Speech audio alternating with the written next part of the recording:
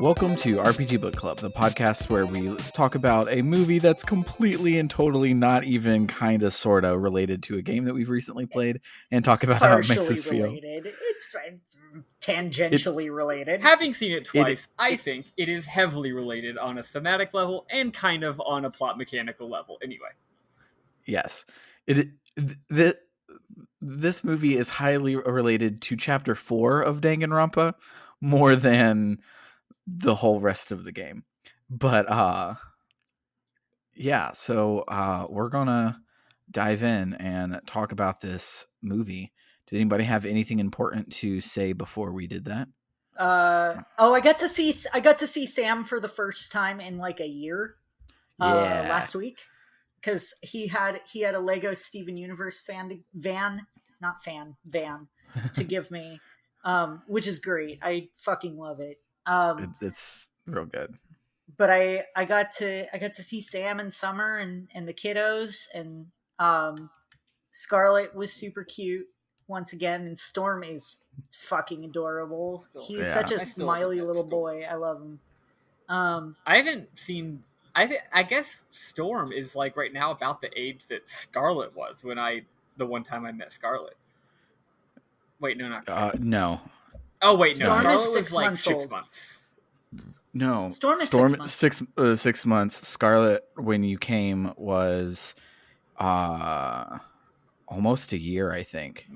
I don't know, baby. Because it was apparently it was before you transitioned, or not, like before you came out as trans to me. So it was in that summer before Xenogears. So she would have been No.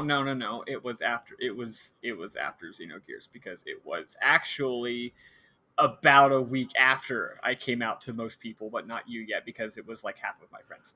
Yeah, and it was in the finale of Xenogears. But the finale of Xenogears is when you came out, so it has to have been before before then. When I met you, you had come out to me, and I'm pretty sure you would come out to Sam at that point, but you would not fully come out. It was the end of October. Anyway, whatever. Yeah. When was Scar born? She was born in December of 2016. Oh, so okay, you're right. So she was 8 months. 16. Oh, Christ. Yeah. She was a year and 8 months. Damn, okay, I was way off. I don't know how babies work, man. No. I definitely thought she was like 9 months old when I met her. No. Because she came out like by herself at 9 months old. They're still just a puddle. Yeah. Still just a fashion accessory for mom. Babies are impossible to understand. One day I'll have one, and then I'll understand. I'm never having one, and I'll never understand. And that's my nephew. That's exactly how it is. Yeah, my nephew went through baby time without me there frequently. So, and now I just have to wait for the day when I have to explain what being trans is, and that's going to be interesting. So I had that sort of talk with Scar this week, which was really cool, because she said that she wanted to pretend to be a boy, and I was like, well, like, if you want to be a boy, you can be a boy. She was like, but I'm a girl. And I'm like, yeah, but like, whatever you feel in your heart and whatever clothes you wear and whatever your privates look like don't have to all match you, so you can feel like you're a boy even if you have a vagina or blah blah blah blah blah. And she's like, okay, I want to be a boy today, and she forgot within 5 minutes. So I don't think she's a little trans girl. I think she's just a 3-year-old. I think she should be yeah. But, I gotta say, the whole question of is someone trans or are they just a fucking weirdo, that was my life for like 4 years. In my opinion, it went in a certain direction, but I'm sure it can easily go in a different direction for someone else. I started questioning my gender identity when I was in high school, and like I remember having thoughts of, man, I'd really like to take testosterone to deepen my voice, but like forgot about it for a while. And then I got to college and I'm like, man, I'd really like to be a dude, but no one would take me seriously if I was a guy because I'm so sensitive. And so I'm going to give up on that dream. And then it just kept getting worse and worse until the point where I was like, I'm having panic attacks because I bought a wedding dress. Mm-hmm. So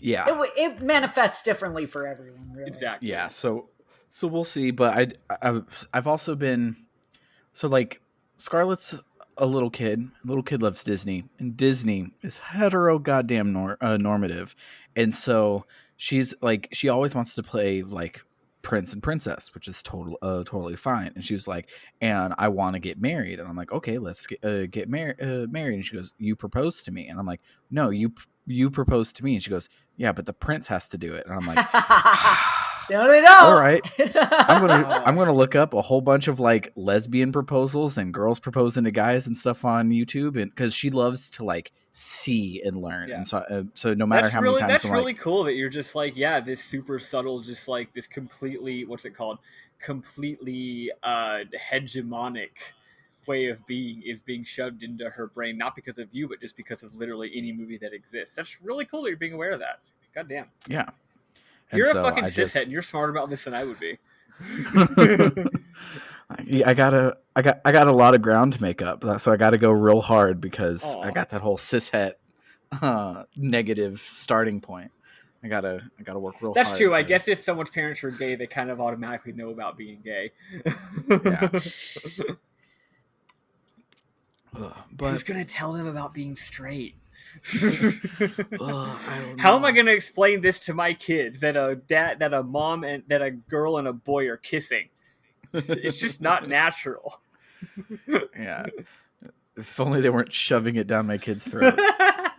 Anyway. But also, dear listeners, I apologize if you hear any random screaming in the background. Because like that one. Summer is binging old seasons of The Bachelor right behind me, and she likes to talk to the TV. So that's because I'm black. So She's black. So yeah, you'll be hearing while we talk about Knives Out, she'll be giving you a lowdown on 2004's season of The Bachelor. Oh my god, how'd you know it was 2004? Because it showed on the TV screen a second ago. Oh, I thought you were like into it too. But I promise I will be quiet. Okay, so let's listen to that sweet, sweet old-time detective-y music. Wait, have we actually told people what we were watching today? I don't know. We're watching Knives Out, everybody. We're going to be watching Knives Out. It's the title of this episode. Directed by Rian Johnson. It came out in 2019. Yeah, it's a mystery whodunit, which is why it's like Danganronpa. And also, you know, maybe there's other connections depending on how you're reading some of the various thematic elements. Whatever. Anyway, sure. Yeah. Play that funky music, white boy.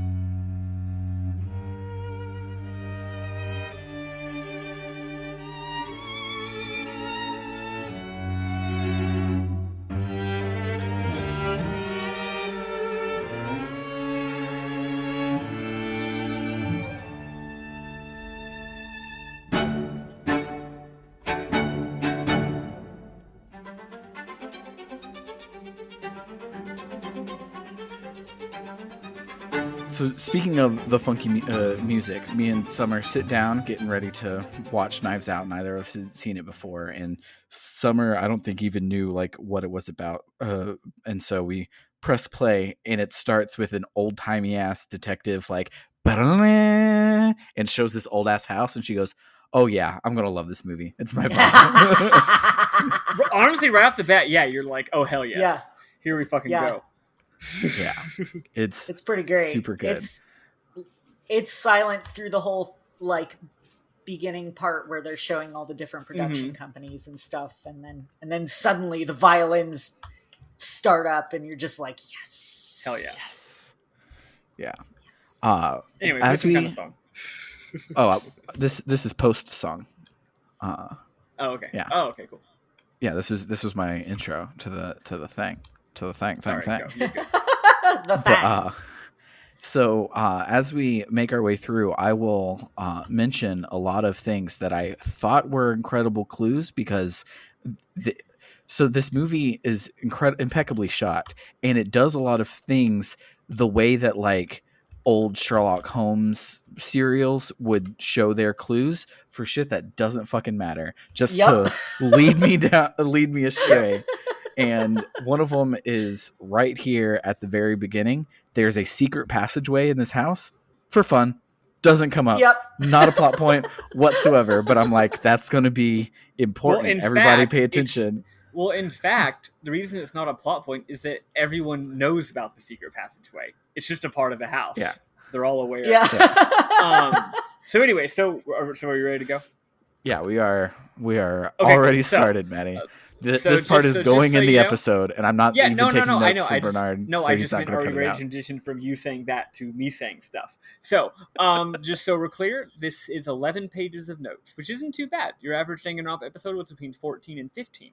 However, it is a little bit more densely written than your average Danganronpa. So, let's fucking go. So, the film is Knives Out. Prologue. A murder. A martyr. We are introduced, accompanied by fucking gorgeous, tense, but in a fun way, string music, you know, like da-da-da, that kind of thing, to the film's primary setting, a big-ass mansion. It's an incredible set, and there's lots of books on shelves written by someone named Harlan Thrombey. Finally, we see a servant carrying a tray of breakfast and coffee. There's a luxurious shot of the coffee. It's just a stupid novelty mug, but it says, "My house, my rules, my coffee." Anyway... So the servant is carrying the tray, calling out, "Mr. Thrombey, Mr. Thrombey." She goes into his room, but he's not there. She exits into the hallway, bangs her foot on the wall, and a hidden door appears. She ascends to the attic, and Mr. Thrombey is dead. His throat slit by a knife. Knives Out. All right. Our hero, Marta, played by the lovely Ana de Armas, also known as, quote, the lesbian's delight, wakes in a cold sweat. It's a week later. That's only I call her that in my notes. I just made it up. Yeah. It's a week later. She gets a call from Walter Thrombey, who says, "Come to the mansion. The police have more questions for us." She arrives at the house for a walloper of a dense opening scene. In case you're curious, the part of the movie where you explain all the shit at the beginning, because it's a whodunit, is about half of my notes. So buckle up. Right off the bat, we learn 3 things. 1, she was Harlan's nurse, and also kind of the help. 2, she's considered, quote, part of the family by everybody in the family. 3, she was nonetheless not invited to yesterday's funeral. 4, the family has all been called back for another round of questioning, which they hope will be over before tonight's memorial. Remember, it's been a week since the person's death. 5, someone named Ransom is a little shit who didn't show up to the funeral. Chapter 1, The Last Gentleman Sleuth. So, I'm not sure how to best sum up this incredibly important, brilliantly constructed, and dense as fuck opening interview. It's a montage of all of the family. They're all being interviewed, but it's all cut as if it's one long interview, jumping back and forth like quick, like seamlessly. And there's lots of flashbacks. But anyway, first I'll introduce the characters, then I'll walk us through the night of the murder. Okay, first, Harlan, one of the most successful writers of mystery novels in the world, self-published in over 30 languages. Linda, she's an older lady, but is Harlan's oldest daughter. She's married by to Jamie Lee Curtis. Yes, she's Jamie Lee incredible. Curtis. Thank you for pointing out the actress. Yeah. She's probably the best other than the main characters. I fucking love her. She's married to Richard and has a business she built, quote, from the ground up, just like Harlan. She and Harlan were close, and she says, with Harlan, you had to sort of find a game to play with him and play by his rules. Next, Richard. Richard says Linda idolized her dad, and he seems resentful of other members of the family. Next is Walt. Walt is the youngest son. He runs Harlan's publishing company. He says it's, quote, the family company, but he's in charge of it. He's married to Donna.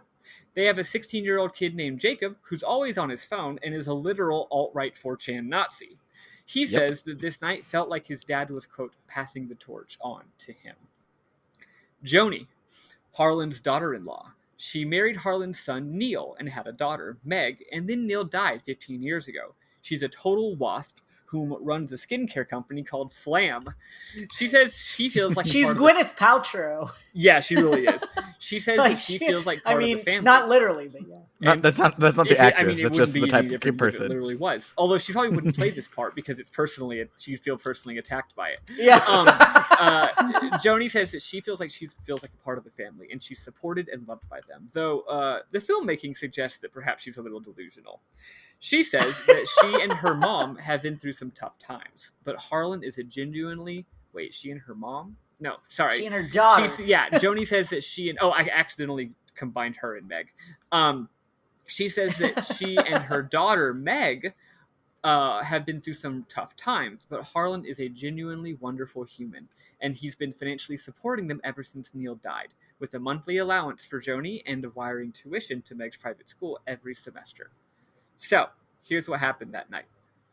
The whole family was there, having a fun party. It's actually Harlan's 85th birthday party. In addition to other people there include Fran the housekeeper, we saw her in the opening shots, Marta, and Juanetta, Harlan's mother, the great grandma of the family. She's mostly deaf, she's extremely fucking old, and she literally never talks. I think she has like 2 lines of dialogue in the entire film. Next is, also there, is Ransom, Linda's son. He leaves early. Also leaving early, though unclear when in relation to Ransom, is Meg to go to a party with her teen friends. This makes Linda upset. Hold it. So this entire time, the people doing the questioning are these 2 cops. The main guy's name is he's a serious-looking professional named Troy, played by Lakeith Stanfield. You might recognize his incredible performance from Sorry to Bother You. And his sidekick is a bumbling goof named Trooper. Actually, his name is... yeah, that's his name. Played by Noah Sagan. He's funny. However, in the background, not highlighted by the cinematography at all, is a third guy, lounging on the couch next to a piano. Occasionally, after someone makes a statement, he jarringly jabs a key on the piano, piercing the air with a single note. During Joni's interview, he does this, and she gets fed up. She says, "Who the hell is that?" She says, Troy says, that's Benoit Blanc, a famous private detective. At this point, we finally see his face. It's Daniel Craig, and he has the most incredible accent in the history of film, which I will elaborate upon shortly. So Yes. Daniel Craig has one of so when you think of a British person, there are 5 British faces, and Daniel Craig has one of the most common default British faces, and they made him play some fucking Tennessee foghorn leghorn ass southerner, and it does not fit his face whatsoever. You know what's the best part? Apparently, it was Daniel Craig's idea. He came up with the accent, and Ryan Johnson was just like, okay. Yes, I love it. Well, I mean, his name is Benoit Blanc. Well, they could have modified the script or something. Well, yeah. But I mean, it makes sense that he would talk with such a thick Southern accent because, like, that's a very New Orleans name. Exactly. Yeah, it's a straight up New Orleans. I mean, I don't know my New Orleans accents that much, but it is. Yeah. He talks. I'll give a little bit of an impression of it later. A bad impression, but I will. So he's amazing. Anyway, so he has finally made his appearance. He's not with the police, but he's asked to accompany them at the behest of a client. What client? He won't say. Linda is outraged at this intrusion into their family's mourning process. He assures them he'll be no bother. He says, "You will find me a respectful, quiet, passive observer of the truth." So basically, he's Kyoko. Yes. So now his identity revealed, Benoit Blanc has a few questions of his own. So now we're entering questioning round 2. Mm-hmm. He asks questions, and he goes a lot harder than Lakeith Stanfield. He gets under their skin to really get at the truth. So, first, Marta. She's hired to help with Harlan's medical needs, but they also became close friends. She's considered part of the family. So now Blanc starts, obviously, and hilariously, baiting the family and digging into their grudges against each other. They all had major arguments. So, in order. Mm-hmm. So here's something interesting. We're about to learn about 3 major arguments. We learn what really happened, we the viewer. But Blanc does not know this, because they do not tell Blanc the truth. So right off the bat, we see the truth and the lie. So first, Walt's argument. We learned that they all kind of think Walt's a stooge. He's in charge of the business but doesn't really do anything. Harlan always refused to license his books out for movies or merchandise or whatever, and he and Walt frequently argued about this stuff. The night of the party, they had one privately, just between the two of them, though the others saw that something happened. He tells Blanc it was just a business discussion, nothing major, though we, the viewer, see in a flashback that it was much more serious. Harlan fired him. After firing him, he objects, and Harlan says, "My mind's made up." What's up, Sam? He fires him like amazingly, like because he's like, "Hey, I really think we should do this. We should call Netflix. Their number has a lot of zeros on it, yada yada yada." And Harlan's like, I always regretted not letting you flourish, so I'm going to give you the room to start your own business. He's like, "What? Are you firing me?" Yes. It's such a good. We'll talk the details tomorrow. Yeah. Yeah, that's what he says. My mind's made up. Next is Richard's argument. Blanc has deduced from the maid's info that Richard went to the house early and had a shouting match with Harlan. After being pressed, he finally says what it was, but it's a lie. But what we, the viewer, know is that, holy shit, Richard has been cheating on Linda. Harlan has found this out with photo evidence and has written a letter to send to Linda, his daughter. He informs her of her husband's philandering. He yells, Harlan yells, "You tell her or I will." So that's that argument. Next is Joni's argument.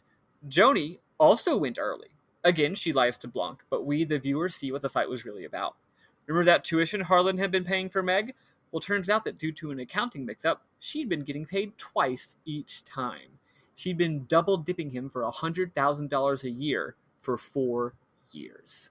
He says he's cutting her off. He says, quote, "My mind's made up." Next, finally, is Ransom. Ransom is Richard and Linda's only son, an adult, played, as we will soon see, fucking hysterically by the incredible Chris Evans. He's the black sheep of the family, a regular ne'er-do-well. We'll get to him in a second. He's a regular ne'er-do-well. He never had a job. He just kind of sucks, but he and Harlan were weirdly close. They fought constantly, but also loved each other. That night, they went out into Harlan's study privately and had a very loud shouting fight, but no one could make out what it was, and then he left. So this is different. Neither Blanc nor us, the viewer, know what was the substance of this fight. What's up, Sam? So Chris Evans is great in this movie because he's playing a douchebag, and for the last 10 years, he has won sweetly into our hearts by being Captain America. That we forget that he's also Lucas in Scott Pilgrim and what's his face from Not Another Teen Movie, and he plays douchebag so incredibly well. And I had forgotten, and it was such a delight to see douchebag good. Chris Evans again for the first time in 10 years. I fucking love this character. Like it's so good. Yeah, he's really brilliantly played. Yeah, and again, he's the only one who's not here, so he's kind of an interesting little missing link for a while, right? Mm-hmm. So anyway, the interviews are over. The movie does a really cool thing with shot-wise, too. The only thing that anybody saw of Ransom at the party was him storming out and grabbing his jacket. So all we get to see for the 15 times that Ransom is brought up is that same exact shot of him storming out of the office and grabbing his jacket. And I thought that was really cool. It's like that literally is the only information we get about him for the long time.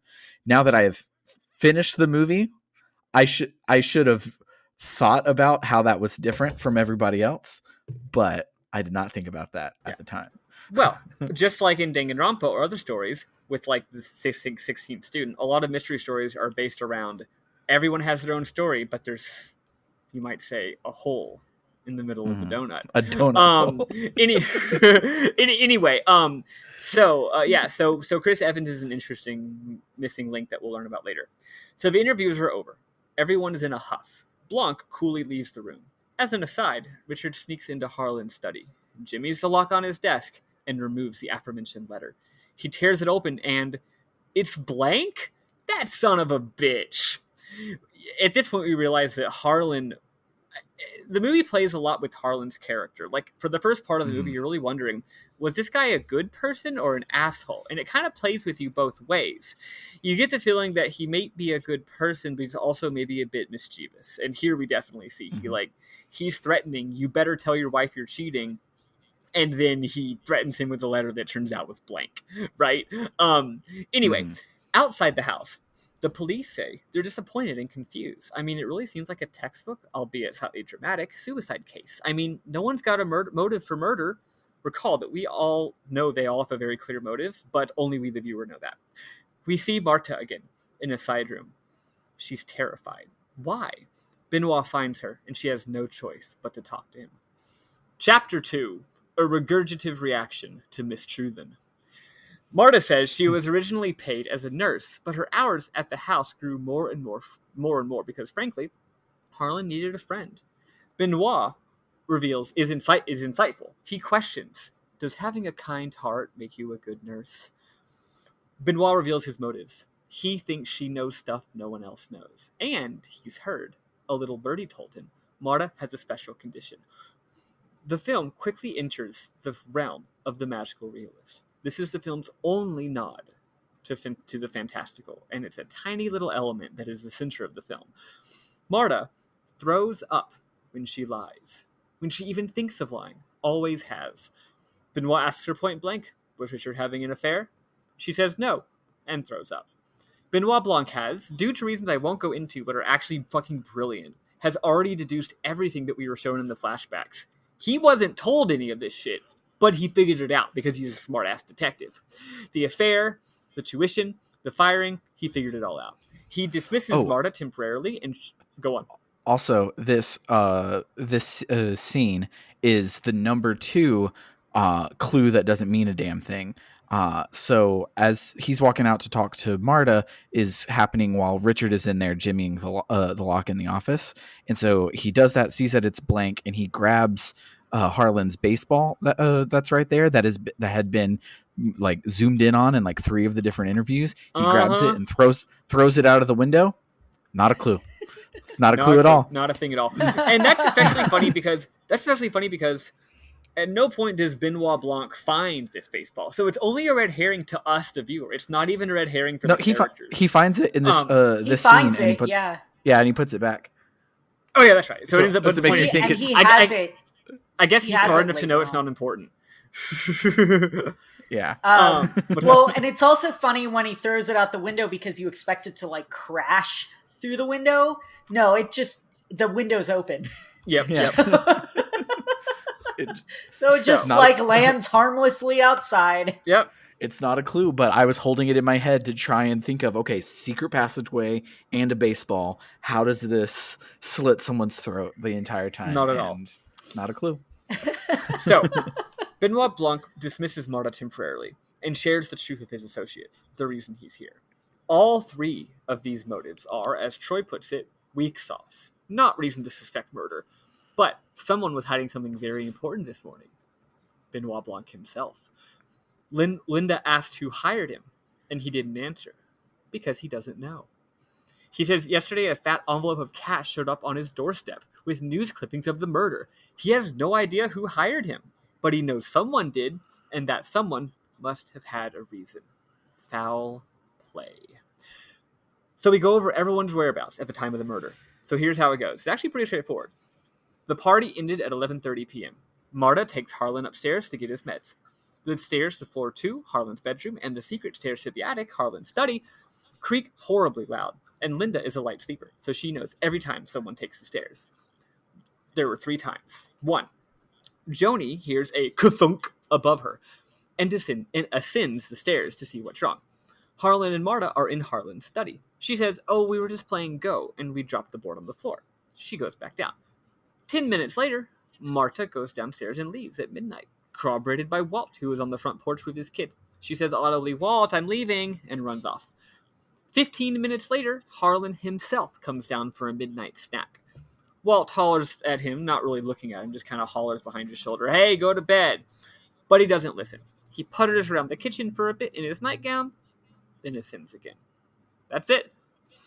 Sometime later, maybe around 3 a.m., Meg awoke because the dogs outside were barking the heck out of themselves. She uses the bathroom and goes back to bed. The coroner puts the time of death sometime between 12:30, when he went downstairs for his snack, and 2:30 a.m. or so. Everyone's stories check out. They all corroborate with each other. Also, the blood patterns from his throat was slit show that no one else could have been present. It was a suicide, open shut. But Benoit knows there was foul play. And as we've seen, anyone can lie. Well, almost anyone. Yeah. So now we get Marta's interview. It turns out Benoit had planned to interview Marta last all along. He wanted a clear view of the events before he talked to her, who is at its center. Benoit says, "You took him upstairs at 11:30 and left at midnight. Tell us carefully what happened." Here we get a flashback where the film really fucking takes off. So, yeah, she took him upstairs. Before we get into the details of it, this completely threw me for a goddamn loop because, like detective stories usually have this flourish where Sherlock shows his hand at the end of the movie. Yep. And this movie was like, no, we're 15 minutes in and we're going to tell you exactly what happened. So then it just goes from there. And it's crazy to think that this is a mystery story that starts with telling you the mystery, but it fucking works. And this is amazing. A mystery. This story is Sherlock Holmes for about 15 minutes. And then it decides, actually, never mind. You thought this was a Sherlock Holmes movie. Actually, this is a Crime and Punishment. Crime and Punishment is a famous Russian novel where, famously, it's a murder mystery where half the novel follows the murderer and half the novel follows the cops trying to catch the murderer, and we, the viewer, know the entire time that the murderer didn't. Mm-hmm. So that's what's about to happen here, but with a very, very painful and incredible sort of political hook. Anyway, so she takes him upstairs. Their interactions are natural and sweet. She says it's late. Take your medicine. Go to bed. He says, no, it's my birthday. Surely you wouldn't make me go to sleep without playing a game first. She acquiesces, and they play a game of Go. But she kicks his ass, and he playfully flips the board onto the ground. While she injects him with 100 milligrams of his necessary medicine, he shares about how he cut all 4 of his kids off, how he regrets not being a better dad in a variety of ways. He feels like he focused too much on providing for them financially and not nurturing them as people, which is why he really does think this is the right thing to do, now that he's almost done with his life. He says they all need to write their own stories, not be tangled up in his, which is really interesting if you've seen the other Rian Johnson film, The Brothers Bloom. Anyway, Marta says, hey, want to do drugs? Turns out the last few years, Harlan has been taking morphine, so she gets out the bottle and prepares the needle. She suddenly stops in her tracks. The bottle. It's not right. She looks at Harlan and says, Harlan, I messed up. She says, I just gave you 100 milligrams, not of medicine, but of morphine. A normal dose is 3. He will be dead in 10 minutes. She scrambles. She has another chemical in the bag that will save him. The chemicals are literally packaged together. It has to be here. It's always there. There's no reason why it wouldn't be there. While she does, Harlan takes this in stride. In fact, he starts getting ideas for a new murder mystery, with a morphine swap as the method of murder. But soon, Marta stares at him with hysteric, unimaginable terror. It's not here. She goes to call the doctor, but Harlan has unplugged the phone. She struggles and falls to the floor. He grabs her and he stares into her eyes and he says, Marta, it's too late for me. Stop trying to save me. You need to get out of this. Suddenly, Joni appears at the door. She said she heard a loud noise. He takes control. He goes to the door. He lies. He returns to Marta. He reveals the key fact in all of this. Marta's mother is undocumented. Marta is probably here on DACA, the Deferred Action for Children for Deferred Action for Childhood Arrivals bill. If anything happens, even if Marta doesn't go to jail or anything, if anything happens, her mom's going to get deported and her family will be destroyed. He says, you are going to get out of this if you do exactly as I say. Chapter 3, Fragments of the Truth. Harlan says, we have 6 minutes. You have to immediately go downstairs loudly so people notice and go home. Get in your car, but then pull off to the side after the carved elephant to avoid the security camera. Or before? Notably, Marta can't remember if he said before or after. She goes with before. He says, walk back to the house. The dogs like you and they won't bark. climb the trellis on the side of the house, enter the top floor of the hallway through the hidden fake window door, which again is not a twist. Turns out we already know there's a hidden fake window door. Now this is the hard part. At this point, I'll be dead. You have to put on my clothes. You have to dress as me, Harlan. Go downstairs for a midnight snack, then go back up without talking or letting anyone notice it's not actually me. Then leave the way you came. By doing this, you'll create an airtight alibi. Everyone will know that you left at midnight and I came downstairs 15 minutes later and then died after. You'll be safe. She does everything as he says, but she makes 3 mistakes. First, the security camera that she maybe have messed up. Second, as she climbs the trellis, she knocks off a piece of wood. Finally, on the way down, she is seen by the great-grandma. She says, "Ransom, have you come back already?" She's blind and old and thinks that she's Ransom. But she's not done yet. In a few days, the police will surely question her. She can't lie, says Harlan, but she can tell fragments of the truth in this order. So this is what she says to Benoit. She says simply, "I took him upstairs. We played our nightly game of Go.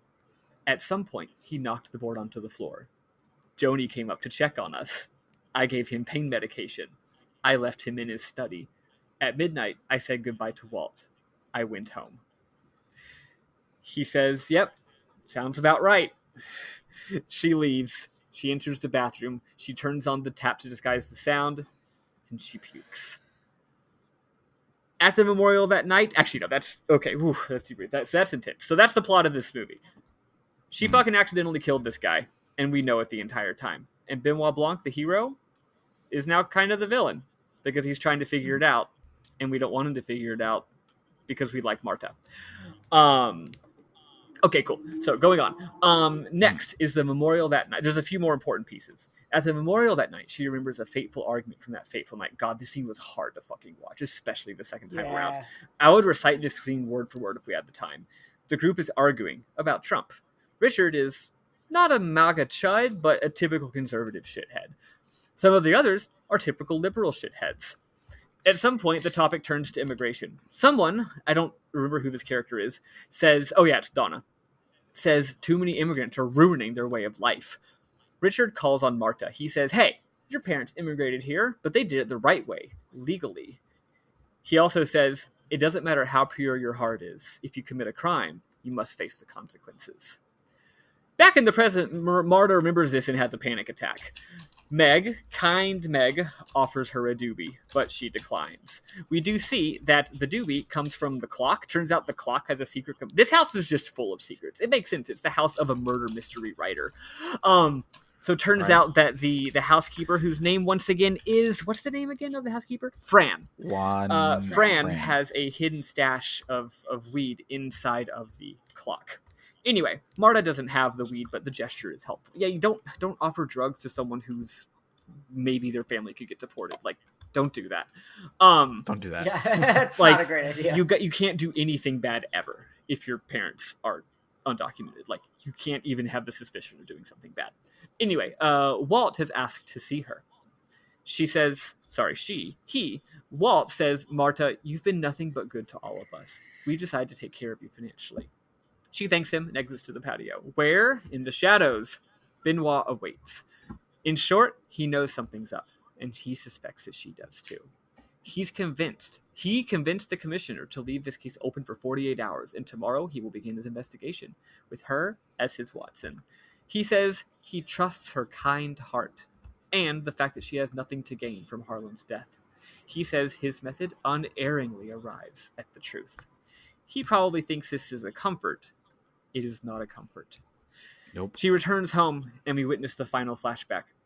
After starting to descend the stairs, she went back up to object once more. Harlan was on the couch, knife already at his own throat. He says, go. He slices his throat.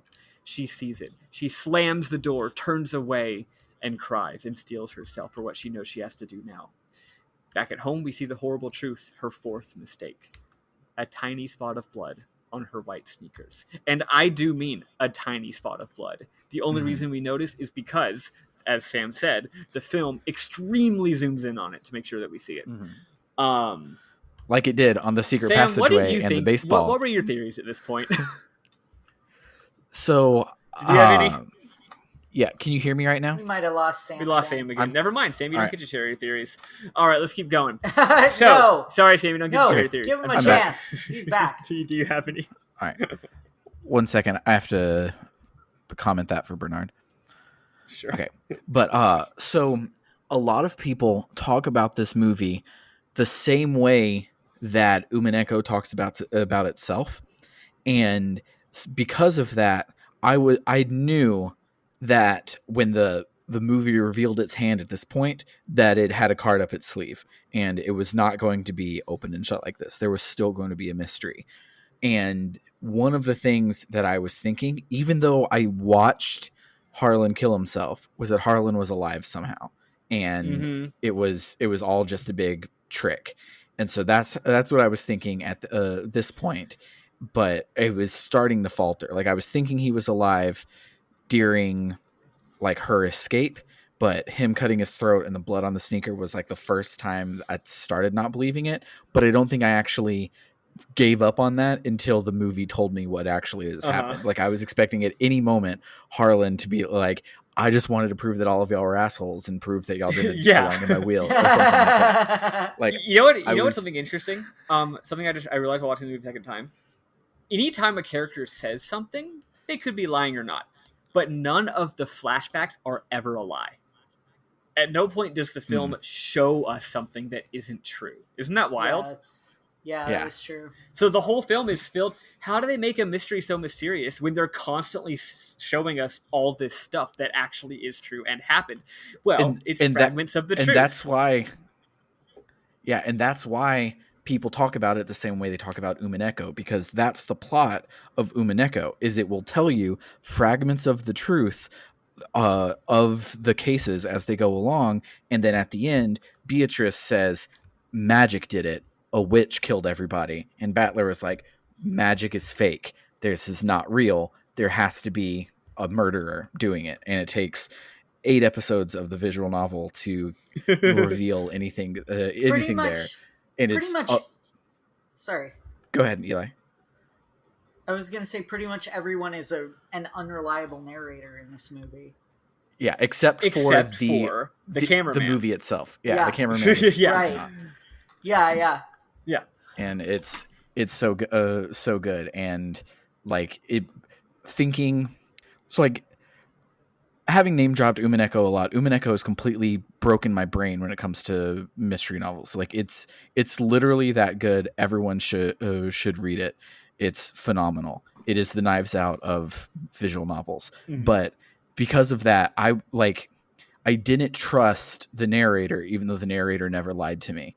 And it had me guessing the whole time, and it was so good. And the movie follows all of those same rules that Umineko does, and it still surprised me at the end, and it's fucking great. I fucking love it. So at this point in the movie, it's pretty much stopped being a mystery for the most part. Now it's a battle of wits. It's more like Death Note. It's Marta knows what's going on and is trying to protect herself, and we want her to save herself. But also, I will say, I pretty much suspected the same thing. I didn't actually ever suspect that Harlan was alive, but I did suspect that he did, like, plan all of this. I mean, he even literally says at one point, I want my family to be free of and not caught up in my story. I'm like, okay, so you're saying that you planned all of this. Again, that's kind of how the plot of one of his other movies goes, is that someone's, like, planning everything and you can't get out of their machinations even after they die, right? Yeah, so that's what I was thinking. I was like, okay, Harlan really did kill himself, maybe, and I guess that maybe he intentionally, like, did something, like, with the medicine. It was a weird suicide, but maybe he's a good person and wants his suicide to benefit everyone in the end. I don't know. Anyway, Chapter 4. The game is afoot. The next day, Marta accompanies Benoit on his investigation. First, they go to her security station. The security station. The man saved the tape from that night, and Marta realizes, oh no, it's going to show me my car pulling off to the side. The playback machine is janky, and Benoit says they'll watch it later. Marta cleverly, sneakily ruins the tape. Next, she sees a bunch of footprints of her own in the mud, so she plays stupid and accidentally walks around in the mud, and Benoit's like, no, you're going to mess with the footprints, and she's like, what? So she's very clever. Finally, the dog brings her the broken trellis piece. While Benoit is looking away, and she chucks it. Upstairs, Benoit knocks the go board on the very carpeted floor. It makes very little sound. Finally, Ransom shows up. The dogs bark a lot. They fucking hate him. He's here for the will reading, which is about to happen. Notice he missed the funeral, but is here for the will. He's goddamned hilarious and a total ass. Everyone is fighting and arguing. Ransom thinks it's hilarious. But we do learn something. Last night, Jacob, the shitty Nazi teen, was in the bathroom, hi Sam again, and overheard Ransom and Harlan's fight. He heard the phrase, quote, "my will," from Harlan, and then from Ransom, "I'm warning you." Everyone says, "holy shit, he wrote you out of the will." Ransom says, "Yep." Then they have a big fight, and Ransom points at everyone and calls them all a piece of shit, which is hilarious. He tells them all to eat shit. It's so fucking funny. And, like, at this point, it's like, the best. Yeah, Ransom's an ass, but so is everyone else, so you kind of like Ransom. Like, he knows. Also, this also reminds... So this... I'm pretty sure Rian Johnson is a fan of Dostoevsky, because this reminds me so much of the Brothers Karamazov. In the Brothers Karamazov, the dad of the Karamazov clan has 3 sons. A good one, a bad one, and a normal one. That's kind of a joke. But anyway, he gets murdered, and basically Ransom very much is Dmitri. Is definitely Dmitri Karamazov. Anyway, sorry, it's just, that's what I thought. Due to reasons I won't go into, something terrible happens. Benoit notices the broken trellis, and he discovers the secret door, and he sees mud on the carpet and windowsill. Now he knows. The night of the murder, someone who didn't want to be seen or heard entered through here. The game is afoot. Will time. Benoit briefly steps into the family room and tells everyone, "Hey, by the way, nobody leave this town till the investigation is over. Okay, thanks, bye." Turns out the will was changed a week ago. The will man reads a letter from Harlan. The letter says, "I hope this changed will doesn't sow discord, but rather brings my family together." The will is read. "I, Harlan Thromby, leave all of my assets, liquid assets, my book company, all my books, and my house to Marta Cabrera." Chapter 5. Real quick, Knives Out. Alan Stevens, who reads the will, is Yes. played by Frank Oz, who is Miss Piggy and like a million other Muppets, Yeah, which is great. it's so good. I've heard Frank Oz's voice so much, and here is he in the flesh. I didn't notice, but Eli did. Yes. So anyway, the real shoe drops here. I was watching on Amazon Prime, and they have this X-ray vision thing Mm-hmm. where you can see who all the actors are in a particular scene. Mm-hmm. And I was like, that guy looks and sounds so familiar. And I pulled up the X-ray vision. I'm like, oh, it's fucking Frank Oz. Awesome. That rules. Yeah. So yeah. Again, if you're watching the movie, this is obvious. But if you're listening, it might not be as obvious. The knives are out. Yes. It'd be amazing if this rich guy left you your whole inheritance, but this is not a good thing for Marta. Not one bit. The family does not accept this. She's just a nurse. She's just the help. She's not a member of the family. She is, in Jacob's words, a dirty anchor baby. Benoit says to her, "Run." She runs. Her car doesn't start. Ransom, who finds all of this hilarious, drives up and says, "Get in." She does, and they drive off. At a diner, we learn more about Ransom and her. Ransom wants to know why, because he's just as surprised by all this. He says, "What the hell?" She says she doesn't know. Ransom says, "Well, when I found out that night that he was writing me out of the will, later I realized that I was all on my own. And honestly, it felt good." He says, but then he says, "I know 3 things. 1, I know Harlan didn't kill himself. 2, I know you can't lie. And 3, you just ate a shit ton of beans." He puts a bowl in front of her, and he says, "Tell me everything." Back at the house, the family is trying to find a way to fix this. They're freaking out. There is no way, except one. If someone's convicted of murder, no. If someone is even held responsible for someone's death in civil court, they won't get the inheritance. So they all turn to Benoit. Up until this point, they've all said it's a suicide. Why are you keep hanging around? Get out of our face. But now they turn to Benoit and they say, Benoit, you said you thought this wasn't a suicide, didn't you? And he says, excuse me, my name is Mr. Blanc. They all want to pressure Marta to give up her inheritance. Also, I should have said this earlier. I don't know when this is relevant, but earlier, it turns out that Ransom's his middle name. His first name is Hugh, like Hugh Jackman. And one of the ways that we see him being an ass is that he makes all of the servants call him Hugh. He's like, my name's not Ransom, it's Hugh. If I had said that back when it actually happened, it wouldn't have been as obvious that it's an important clue, but now you know it's an important clue. Sorry. Anyway, it's so subtle. It's so good. Anyway, so back at the diner, Marta has in fact spilled the beans. Figuratively, not literally. Ransom knows everything. He says, you know what?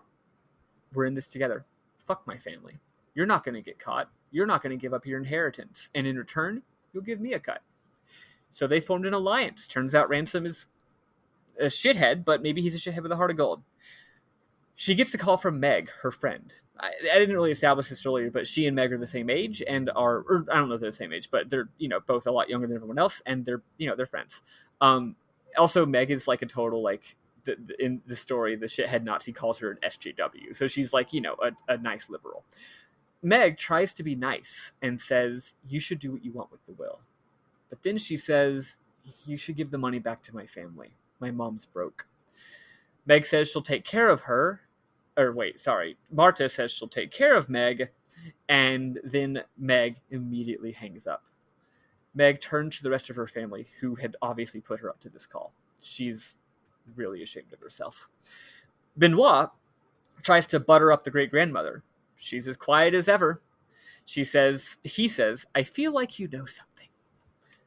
The next morning, things get even worse. It's all over the news. Marta and her family are rich.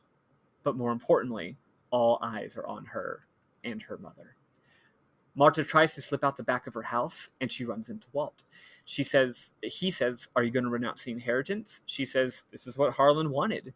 He says, yeah, well, I mean, but with your mother. He says, we know about your mother. All this scrutiny, we can help you. With our family's resources, even if your mother did come here illegally, which, I'm not saying she did, but even if she did, we can get the best lawyers and fix it. At this point, Marta becomes a fucking badass, and frankly remains so for the rest of the film. It's so good. She says, oh, you're saying with enough money and lawyers, you could fix it and my family wouldn't get broken? And he says, yeah. And she says, cool, well, since it's my money, I guess that means I can fix it with my money. Yep. Walt goes away and is very upset. She goes back inside and she opens her Daily Mail. She finds an envelope with a piece of paper in it. We don't see what the paper says. It's too quick. But written on the paper, I know what you did. Benoit Blanc calls and she denies the call. She meets with Ransom, who says the paper is a copy of the medical report. It'll show the overdose. But wait, this blackmail doesn't make any sense. The evidence is right up the street at the medical center. Like, the police are going to get the evidence anyway. So how is that blackmail? Also, there's no number or meeting place. What's the point? It's like the shittiest blackmail ever. And then the medical center burns down. Yep. When the medical center burns down, Benoit Blanc arrives and realizes the only thing that wasn't done yet was the narcotics report. He also learns that the tape has been scrambled, the tape from earlier. At this point, Benoit Blanc is very suspicious of a lot of people. Marta and Ransom arrive too in a different car, and she realizes the blackmailer now has the only known copy of the drug report. She also realizes she hasn't checked her email yet and checks it. There it is. Be at this location at 10 a.m. They turn around and speed off, but Blanc notices them and chases. Fuck, Marta's car is too shitty and slow. Blanc catches up with them, shitty. But instead of pulling them over, he calls her. She slams her brakes and does some fancy driving and actually gets away. Holy cow, go Marta. They think they actually got away, but actually they didn't. Lol. Benoit takes Marta. He tells her the great-grandmother talked. She said, the great-grandma says, Ransom came back later that night and climbed the trellis. What the hell? What did he want? Oh, wait. We, the viewer, realized that was just Marta. The great-grandma thought it was Ransom, but it was just Marta because she's old. So they drive back. Blanc goes over the case with Marta. He says to himself, there's this case is like a donut, and there's a hole in the middle of the donut, and I can't figure out what it is. She realizes she has 2 minutes to 10 a.m. She says, can I stop by the cleaners? It'll be quick. She goes into the cleaners and out the back door. Turns out the meeting place is nearby. She goes into abandoned laundromat. It's dark and moody. She sees her medical bag. She sees a chair with someone dramatically sitting in it. Are we finally to discover the true killer? She approaches and says, I don't know what you want, but we'll work it out. She approaches it. It's Fran. And she's dead. Chapter Dun dun dun. Chapter 6. In for a penny. And she has a note in her hands, and there's a bottle of morphine nearby, and wait, she's actually not dead. Marta immediately jumps into action, looking for her phone to make a call to the ambulance. Fran is delirious. She says, you, ... copy, stash, you did this. She looks at her and says, you won't get away with this. Then she passes out. Marta calls 911, and the ambulance appears. They're both at the hospital now, taking care of Fran. Marta says she's going to come clean, but Benoit says there's no need. Ransom told Elliot everything.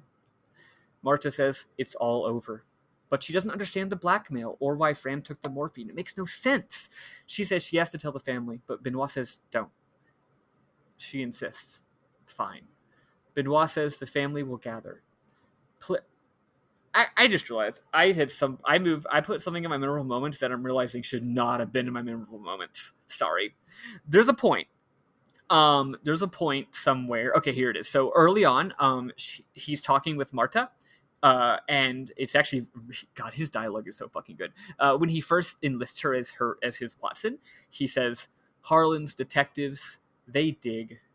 He says, I'm going to keep investigating. And she says, you're going to keep digging? And he says, no, Harlan's detectives, they dig. They rifle and root truffle pigs. I anticipate the terminus of Gravity's rainbow. She asks, what the fuck does that mean? And he basically says that he hasn't actually read the book Gravity's Rainbow. Nobody has, which is very funny. But he says that basically he sees the arc of truth. He says just like gravity, he sees the physics in the arc of truth, goes to where it leads, and the truth falls into his hands like a pot of gold. Later, when he's talking with the great-grandma, he monologues, he says, following arcs like lobbed rocks, the inevitability of truth. But the gray lies not in the truth, but with what you do with the truth once you have it. So here we see he's like Kyoko. He's saying, I'm going to follow the truth no matter what. The truth is objective and I'm going to discover it.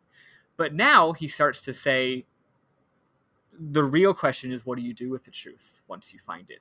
That's important for everything that's about to happen. Sorry. I realized that was actually important information. I'm scrolling back up so we can continue. Sorry. We're actually going stupendously fast. They return. She's told Okay. No. Yeah, we're good. That's where you're at. Yep, I just thought. So anyway, that's why Benoit says to her, don't tell the family. Because it's all over for her. She's all found out. But Benoit says, don't confess. She insists, and he says, fine. Benoit says the family will gather, but please tell me the full story on the drive. They return. She's told him the full story. He says, let's all go into the family room. Meg says she's so sorry she told him about her mom. Marta comforts and forgives her. There's really no reason to do that. Marta is really sweet.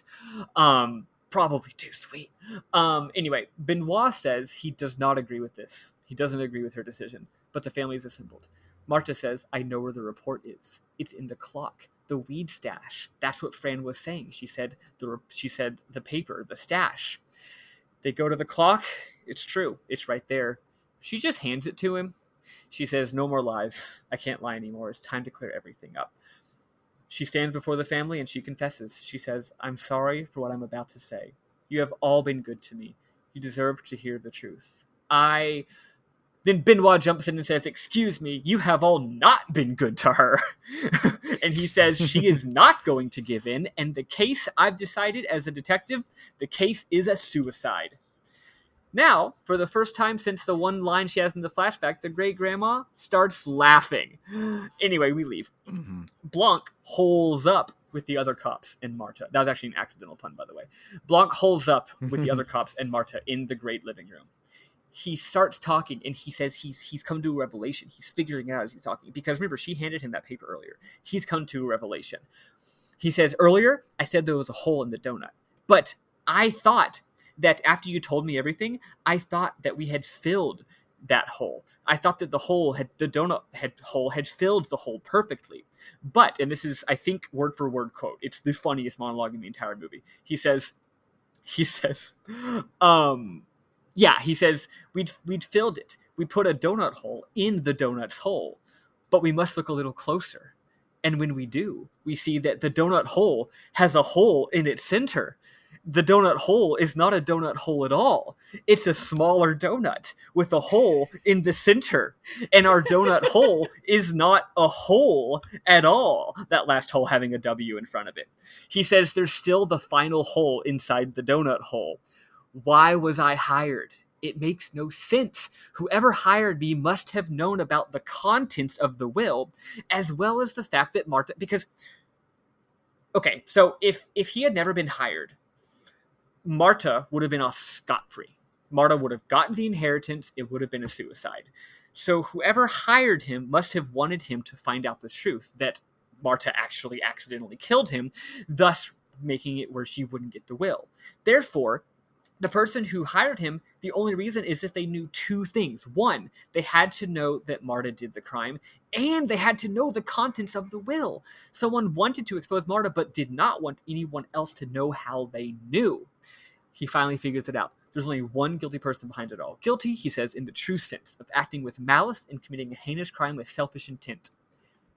Trooper comes in from the other room and brings Ransom. Benoit says, all right, tell us, why'd you hire me, Ransom? Ransom argued with Harlan.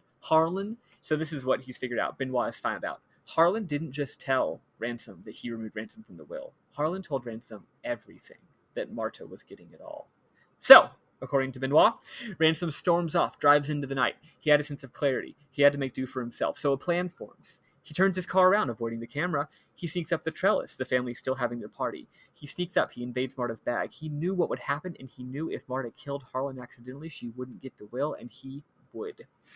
And he took the naloxone, which is the medicine that would have saved him. I didn't write it down earlier. It only took a moment to do this. Benoit says, this is the best part of the whole fucking movie. Benoit says to Marta in the present, Marta, hand me that bottle of morphine. She just instinctively says, yeah, here's the morphine. But then Marta realizes the really amazing part. She says, wait, but if Ransom switched the liquids in the bottles, then that means when I accidentally grabbed the wrong bottle, I accidentally grabbed the right bottle and didn't kill him. Benoit says, yep, but Marta, it wasn't an accident. Now he explains what Marta didn't even know. Benoit says, Marta, just now, when I asked you to hand me the bottle, I taped over the labels on the vials. The bottles are identical. You had no idea which bottle was which. I asked you to hand me the morphine, and you immediately grabbed the right one. How did you know? How did you know which one was which? She says, I just knew. He says, you knew because of the slight, almost imperceptible differences of tension and viscosity between the two liquids. You knew because you'd done it 100 times. You gave him the correct medication because you're a good nurse. Harlan was perfectly fine all along. The blood was normal. That's the clue. That was the hole inside of the hole inside of the hole. It turns out the paper showed the blood was normal. It was just suicide. In fact, if Harlan had listened to her and called the ambulance all along, he'd still be alive. But we are not finished untangling this web. Because what happened next? No, sir. When the great-grandma saw her, she said, are you back again already, Ransom? That's right, because earlier that night, Ransom actually had come back. Ransom says, you have no proof of any of this. He says, yeah, sure, but you don't have any evidence of Marta's wrongdoing either. So Benoit continues. Ransom had to return again later that night to collect the evidence, but the dogs wouldn't shut up, so he had to leave. He figured he'd come back the next day, but to his shock, the news was not of an overdose death, but of a slit-throat suicide. The tables had turned on him, so he did the only thing he could to ensure Marta's discovery, hiring Benoit Blanc. The next day, all the police swarmed in, and there was no way he could get the vials. That's why he missed the funeral. But Fran saw him. Fran didn't know what he was doing, but she knew he was up to no good. She loved Harlan and hated Ransom. We already knew this, by the way. She gets a copy of the toxicology report. She sends the report to blackmail Ransom. In other words, so she didn't know what the toxicology report even said. She's just like, something's wrong with Ransom. So she sends the report to Ransom. She sends it to him, not to Marta. But then Marta confessed to Ransom in the diner, and now he knows the tox report is not going to prove her guilty, but actually prove her innocent, unless he tricks her. One last act. Step 1, destroy all evidence of Marta's innocence by burning down the building. Step 2, send Marta the email with the modified later time and place and deliver her the blackmail note so she thinks that she's getting blackmailed. Step 3, keep his appointment with Fran. And he murdered her with morphine. He then guided and manipulated Marta for the entire thing, the entire middle act of the film, to try and frame Marta for killing Fran. So at this point, Marta says, wait, this part's so fucking funny. At this point, Marta says, wait, but when Fran died, she said, you did this. Then she realized she didn't say, you did this. She said, Hugh did this. Then she says, and I quote, you made the help call you Hugh, because you're an asshole. Marta won. I love that line. It's so good. It's so good. Benoit Blanc confirms that Marta won. She defeated him all along, not because of her cleverness or because of her ingenuity or because she even knew she was winning, but because of her kind heart. The thing that Marta did, the one action that she really took that made her win, was that she called the ambulance to save Fran's life. Now, if someone died of an overdose right when you appeared, and you're the one who has the morphine, you're going to go to jail for murder. But instead of running away, like a normal person would do when they're being framed for murder, she calls the ambulance. Because she has a kind heart and saved Fran's life, now all of this has come out. Because if she hadn't saved Fran's life, then Ransom wouldn't have told them everything, and then she wouldn't have confessed at the hospital. All that stuff happened because she saved Fran's life. And once Fran is back to normal, she'll confirm all of it and send Hugh to jail for both murders. We're now entering the end game. At this point, I mean, it's all over, right? At this point, Marta's phone rings, and it's the doctor. She picks up, and of course we hear her talking because that's how phones work in movies. She says, "Doctor, that's great news. We'll be there soon." Then she hangs up, and she says, "Fran is okay. She's ready to talk." At this point, Hugh gets up, and he's furious. He does a villain monologue. I mostly paraphrase this, but he says something along the lines of, "I'm going to say this just to you, because you know it's true. We allowed you into our home. We welcomed you into our family, and now you think you can steal it from us? Our ancestral family home?" Benoit laughs his ass off. He says, "Y'all bought this from Pakistanis in like the 80s." And then he makes the biggest mistake a murderer can make. He says he points his finger at Benoit and says, "Yeah, I killed Fran, but I guess I actually didn't. So what do you have on me? Attempted murder? Arson? I got the best lawyers. I'll be out in no time." He looks at Marta, and then the best thing you can do in a movie, that's right, baby, projectile vomit. She projectile vomits in him because she was lying. Turns out Marta really is the biggest badass ever. That phone call earlier where she said, "Oh, I'm so happy that Fran's alive," she was lying. She actually fucking managed to lie and hold it in. Well, this is actually bad news. Fran is dead. But Fran is dead, but she did that to get him to confess. She's so fucking cool. Jesus fucking Christ. It was all being recorded.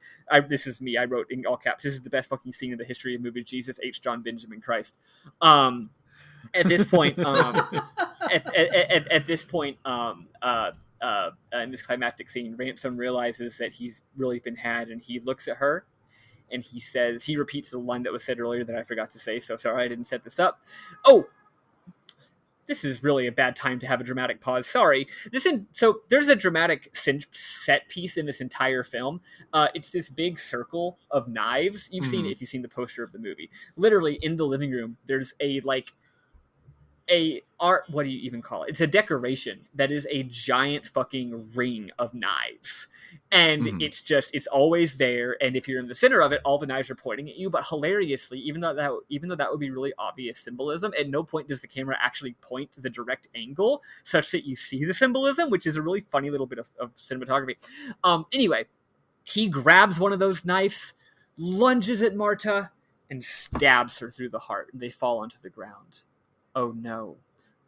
But after a second, if you've been paying attention during the film and paid attention to another scene earlier in the film that I also forgot to set up, sorry. Well, it's in my memorable moments. So we know. So we'll touch on it. Awesome. We know that this is in fact a fake knife. So we're all like, oh my god, she's dead. And then after a second, he realizes it's a fake knife, and then he just goes, shit. Now time for the epilogue. My house, my rules, my coffee. Ransom is taken to jail. The news of Fran's death is shared with the family. Meg is distraught. Linda has found the blank letter of Harlan's. She takes out the blank letter and heats it up, and the invisible ink appears, revealing the message that was there all along. She looks at her husband, knowing that he had cheated on her. Benoit says he knew from the very first moment he saw her that she was involved with Harlan's death. She says, what? How? And he says, I knew from the first second you set foot in that room. And then she looked at her shoe and realizes the red blood stain. The entire fucking time he was dragging her around because he knew she was involved. But then he gives a little monologue. It's longer than this, but I'll summarize. He says, you won not by playing the game Harlan's way, but your way. Marta, you're a good person. Then she thinks about the fact that she has the house, she has the money, she has everything. We got this family of complete shitheads who can't do anything. It's kind of like Arrested Development. And she feels pity for them. She says, I should help them, right?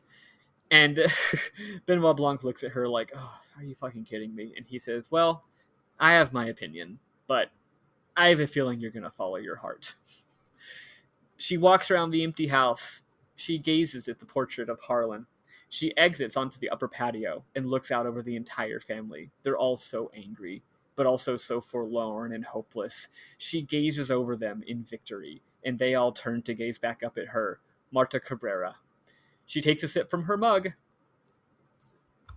Her house, her rules, her coffee. The end. I fucking... So good. 122. I made good ass time. See, I did a good job. You did. I adore this movie. Fucking Christ. It's really good the first time you see it. It's 50 times better the second time you see it. It's a perfectly constructed mystery, but also, holy cow, there is so much going on thematically and politically and ethically. And, anyway, y'all deal with memorable moments. So good.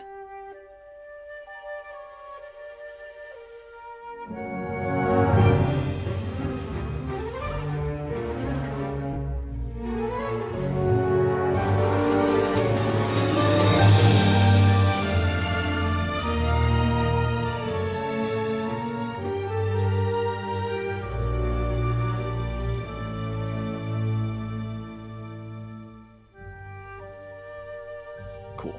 So, the one of the things that I knew was going to come into play, because I was trying to play fourth dimensional chess with Rian Johnson while watching this movie, is in Harlan's monologue about his family during the flashback of when he actually died with Marta. He mentions that like they're the kind of people who wouldn't be able to tell a prop knife from a real one. And he's holding a knife and he dramatically stabs it into the table. And I'm like, that means a prop knife is going to be involved in this murder. That means he's faking his death. Oh, but nope. It was clue from that. Yep. I love how the end. I had this amazing emotional arc at the end because like it's so up and down, right? At the end, it was like by the second, it was like Marta has won. It's amazing. I'm happy. Ransom jumps at her with a knife. Oh no, I'm terrified. He stabs her, and I'm terrified and heartbroken for about 1 second, and then I remember, wait. It's a fake knife. And the reason I like that is because I managed to, I'm not this particular, I'm not saying I'm smart, I'm saying this is just good filmmaking. They made me feel this way. I knew it was a fake knife about 2 seconds before the film revealed that it was a fake knife. So it was this amazing, like, up and down, but I still got to feel smart, right? Like, I still felt like I was smart for figuring it out, even though the film was going to tell me a second later, and even though the film made me feel smart by having foreshadowing anyway. But it's so nice, right? It's like a video game where you feel smart for figuring out the Zelda puzzle, even though it's very clearly intended that you figure it out. Yeah. And not like I figured anything else out in this goddamn movie. Another thing that I liked about the movie is it still followed the rule of Law and Order, and knowing the rule of Law and Order murder mysteries, I should have known. Wait, what's the rule? But I still did not see it. Where the third person introduced, who's the highest paid actor, will be the murderer, and Chris Evans was the third person introduced. And is the highest paid actor in the movie, and I should have known. That's but hilarious. Of course, I did not. yeah, because the other two, of course, are Daniel Craig and who's the other highest paid? Probably Jamie Lee Curtis. Probably. Oh well, sorry, but the two main characters are Daniel Craig and Marta, and then later Chris Evans shows up, and it's like, yeah, he's the big star. That's really funny. Wow.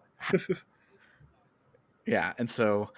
Having grown up watching a lot of Law and Order, Defund the Police, I've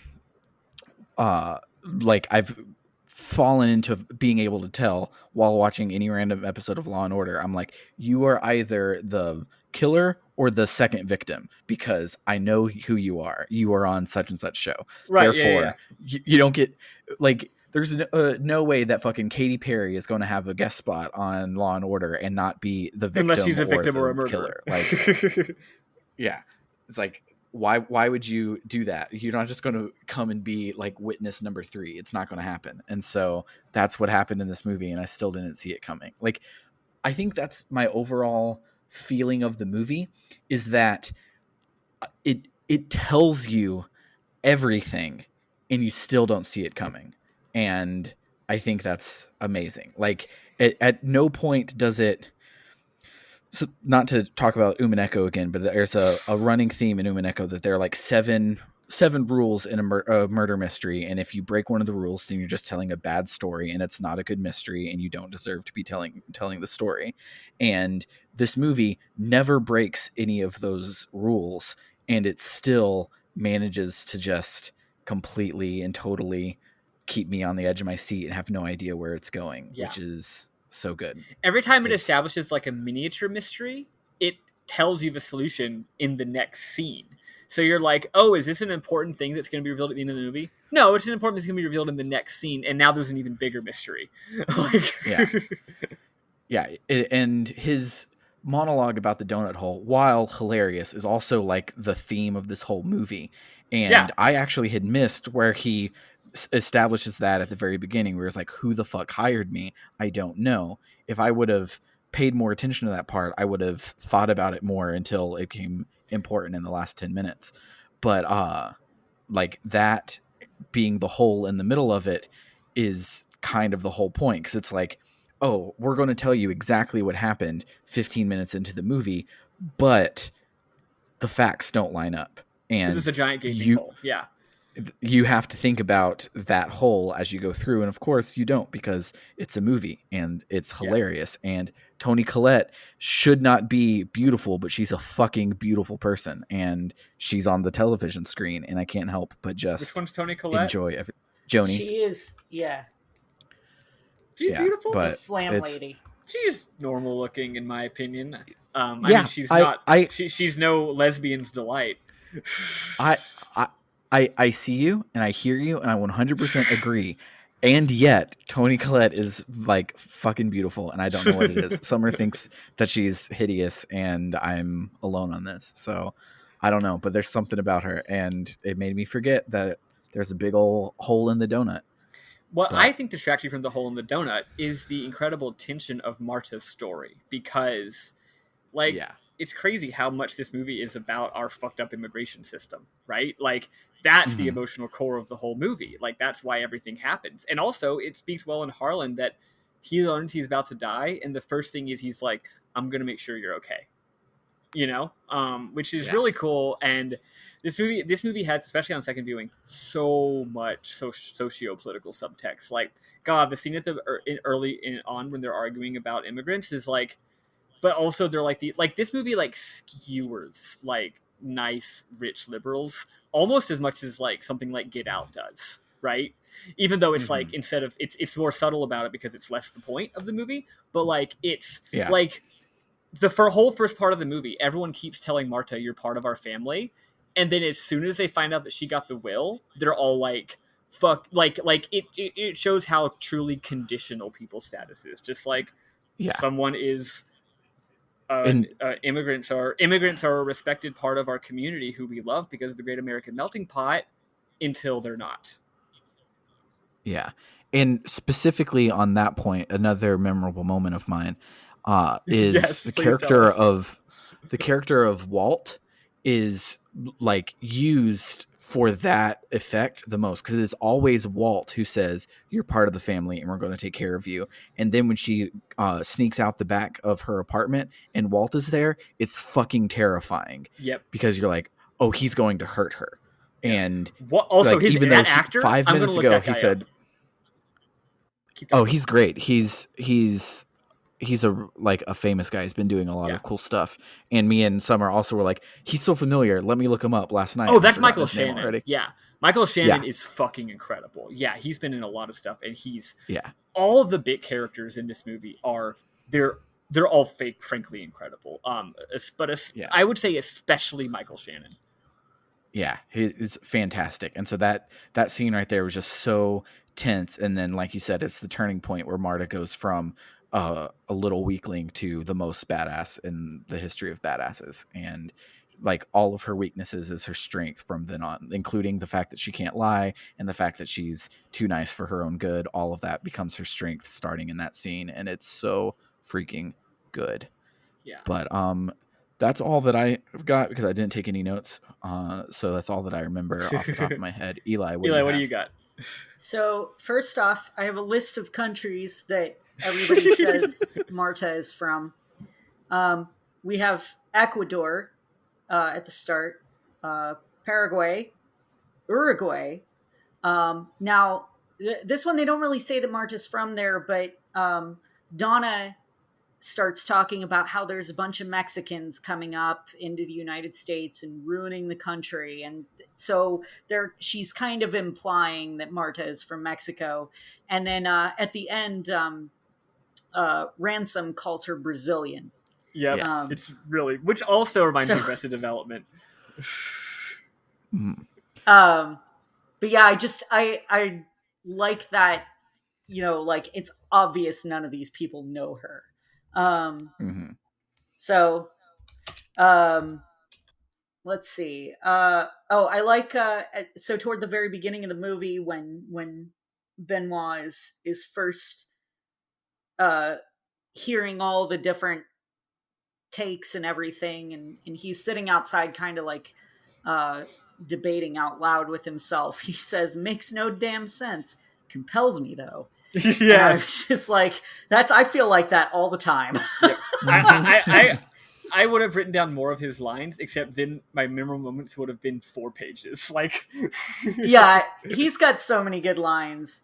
I really love the sequence when, so after Marta or after Harlan hangs up the phone and tells Marta, this is what we're going to do. I really love how the sequence plays out with her going through all the steps and Harlan is telling her in real time. And so like when she reacts to certain things and she reminds herself, like he says, like turn before the carved elephant. And she's like, oh no, was it after? And then you hear Harlan say after the carved elephant. Yeah. And she's like, oh no, maybe it was before. And Harlan goes, be after. And then later she's climbing up the trellis, or she's getting ready to climb up the trellis. She's looking up at it and she goes, you've got to be kidding me. And you hear Harlan go, I am not, do it.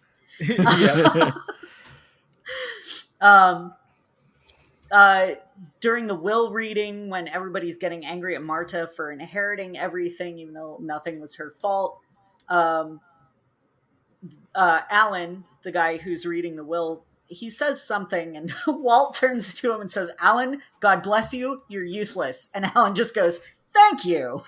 Yeah, because this whole time he's like been like, I just want to go home. Like, Yeah. so as soon as he says you're useless, he literally says thanks, and then he gets up his stuff and leaves. Speaking of that guy, I just remembered another great part. And so he's reading the will, and he gets just past the "all of my fortune is going to Marta Cabrera," and the family explodes and is yelling at Benoit like, "This is "Get our out of house! This is our house!" And they all stop, turn around, and look at him, and he goes, "Also, my house is going to Marta Cabrera." I wanted to get through that scene, so I couldn't put that part, but I was like, "Oh, this part's so good." It's so one of good. the things that Linda says at the very start of that scene is, "Were you boinking my father?" Oh yeah, because they're like, "Why'd he leave for everything? Maybe she was fucking him, right?" And then I think the Nazi kid is like, if my grandpa was screwing a dirty Mexican or something like that. Oh god, he's so bad. He's actually terrible. that reminds me of something I want to mention real quick, because this is like the only other thing I have. Me and Bernard were talking about this today. This film, it does something that so few movies do, which is like, it takes place in the modern day, and it actually like feels like it. Like, so many movies, me and Bernard were talking, like they feel like they take place in the mystical Hollywood world, where like most of the technologies and culture that defines our day-to-day lives don't really exist. And when they do, it can be kind of cheesy. Like in I mean, I'm not saying this is cheesy, it's actually hilarious, but like in the Black Panther, when the super genius girl is like, "What are those?" Right? It's funny. It's like, oh, that's funny because she's like she's like a Vine teen, right? But like, that's so rare, right? But this movie is just everywhere. Like, and it's not even like, most movies I feel like only have real world stuff if they're part of the point.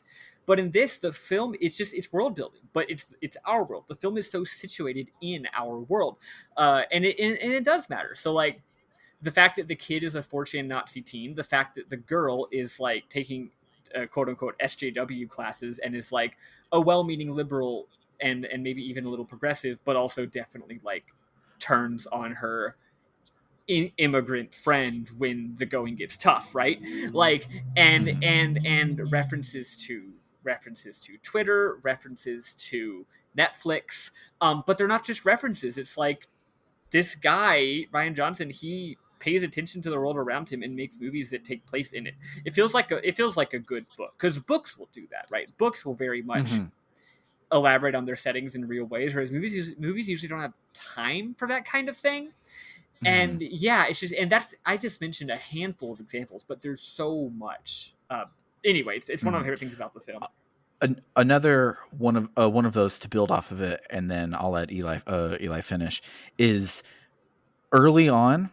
If you're paying attention, which I wasn't, but now that I'm looking back, you get the seed that everyone is full of shit when they say you've always been a part of the family, because they are all talking about hundreds of thousands of dollars, and she has an iPhone 3GS with a cracked screen. Yep. And it's like, yeah, it's so like good, where they're like, we don't actually care about you because we don't even pay you enough where you can replace the screen on your ancient ass cell phone. And it's there's a lot of little shit like that in this movie, and it's fucking great. They clearly treat her as part of the family to make themselves feel better, right? And not because out of an actual sense of solidarity or anything with her, which is wild. Anyway, yeah, it's fucked up. I didn't even notice the phone thing. Good catch. Yeah. My last one, and I don't think you mentioned this, Maddie. At the very end of the movie, when Marta is standing out on the balcony, we see that Linda has gone up into the office and found that letter from her father, and she notices that it's blank. Well, she brings it outside, and she knows that her father was into games, so she holds a lighter under the letter. I love how she figured it out, but Richard did. Yeah. The text shows up, and it says, "He's cheating on you. You need to free yourself." And she socks the guy. Yeah. Yeah, and and he also fucking deserves it. Also, we found out earlier, which I didn't say because it was just a subplot. We found out earlier that when they got married, they had some kind of prenup where she owns everything. So that actually would have given him a much stronger motivation to kill, which turns out he didn't. But like, turns out that her leaving him wouldn't just be a breakup; he would also lose everything. Yep. Which is which is a major point. Yeah. So this movie, speaking about Richard, so it tricks you into thinking different people did it throughout the thing, and Richard was high on my list early on because of all of the family. He's the worst liar. So like, it shows the background. It's like him, Harlan and Walt had a fight, and then it cuts forward. He's like, "No, we just had a business discussion." But then it shows Richard, and then comes forward. He's like, "Did I see Harlan that day? I don't know if I did." Yeah, he's like the fakest and then it's like, oh yeah, I guess we did. I forgot about it. That kind of thing. I forgot about the giant screaming match that was corroborated by a bunch of witnesses or whatever. And so I'm like, okay, well, something's up there, but he's just a shitty liar, and that's not a clue. There's a whole bunch of things in this movie, and like I think that's why the movie works so well, is because it treats everything like it is a clue, so that when you get the actual clues, like the fake knife and Ransom being the highest paid actor in the film and stuff like that, that you don't like notice, and you're like, oh, I'm having to keep track of these 15 things. Only 2 of them are important, but I'm committing my brain to these 15, and then it just slowly starts taking away the other 15 things until you're left with the stuff at the end. And it's cool. I like it. Movie's good. Did you have any more, Eli? No, I'm good. I have one. Right. I know I said I was done, but I remembered one more that I cannot not share this. I shared this one with Bernard earlier, and it's so fucking funny. It's related to the whole world building thing. It's just a really funny line. Here it is. When Benoit Blanc first makes his appearance, and they're like, "Who the hell is that?" And then Lakeith Stanfield says, "That's Benoit Blanc." Joni says, "Wait a minute. I read a tweet about a New Yorker article about you." Which on one hand, it's like hilarious, like, oh, she's such an uninformed wasp, she doesn't even get things through articles, she gets things through tweets articles. But also it's like, I felt very personally attacked by that joke. I was like, wait, no, that's me. I get all of my news from Twitter, and if I see a tweet about an article about something, I will very often not actually read the article. I'll just look at the tweet. Or I'll read like the first paragraph of the article and then like close it out and get distracted. Whoops. So I thought that was a fucking... Yeah, I do that too. I just have ADHD. I'm sorry. Yeah, exactly. But anyway, yeah, that's the last one.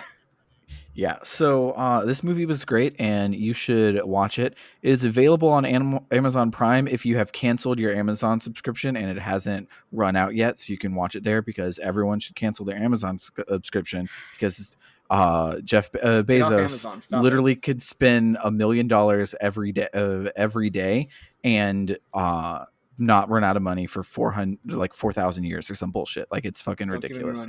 So don't give them your money. Cancel your Amazon subscription. Buy this DVD from, like, I don't know, Funkoland. They still around?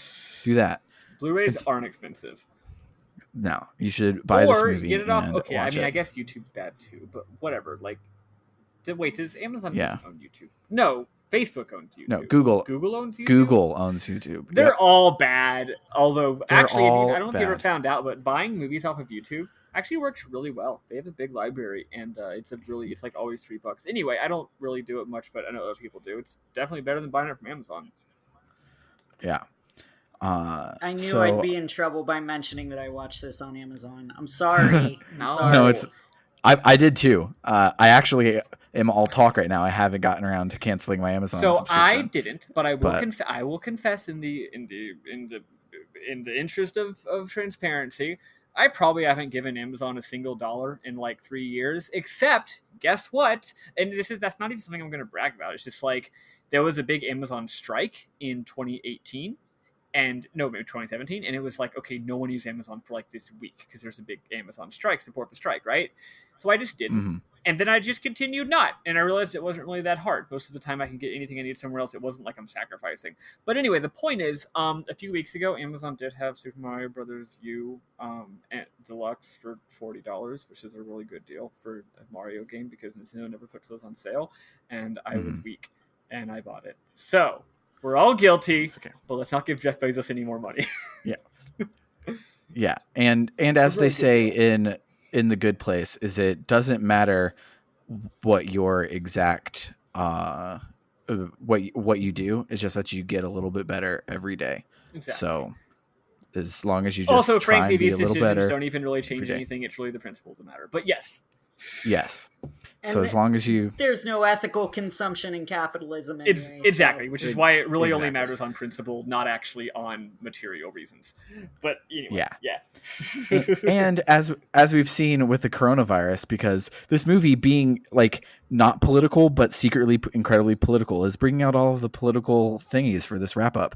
But in the world of coronavirus, you can tell that all of us have stayed home and have not gone out.